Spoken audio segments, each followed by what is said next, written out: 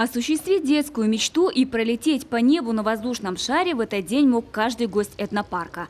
Яркие аэростаты видны уже на подъезде к селу Иб. Их бесстрашные пилоты-воздухоплаватели на ногах аж с 3 утра. Мы в полном восторге. Мы первый раз в прошлом году приезжали, не удалось подняться в этом году. Что понравилось больше всего? Вообще, Высота, конечно, да, и какой вид. вид, да, очень красивый. Гости на воздушных суднах, аэронавты из Екатеринбурга, Йошкар-Олы, Тюмени, Челябинска и Ижевска, а еще Татарстан, Пермский край и Московская область. География впечатляет. Впервые никого не было только от нашей республики. Александр Сахаров воздухоплаванием занимается уже 18 лет. Говорит, полеты на шарах – целая жизнь вне земли. И за то, что стал ее частью, сегодня благодарит судьбу. Да, я помню первый полет, я вот так же стоял в сторонке, вот ребята управляли.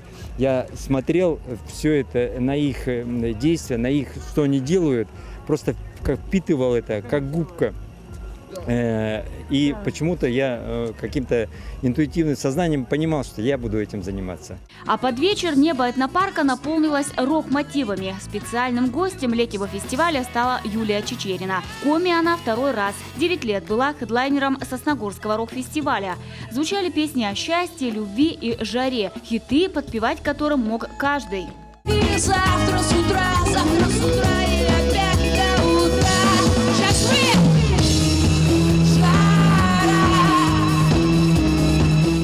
А еще разогретая выступлениями и жаркой погодой публика услышала песни о войне.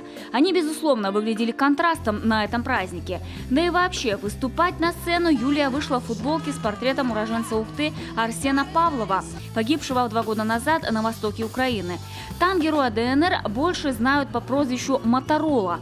К слову, именно из-за того, что сейчас Чичерина, по мнению ФИФА, ассоциируется с военной тематикой, ей не дали выступать на чемпионате мира по футболу. Но певицу это, похоже, мало расстроило. Зато она побывала в этнопарке села Иб. Анастасия Тюрнина, Любовь Филиппова, Северин Арпа, Сыктывдинский район.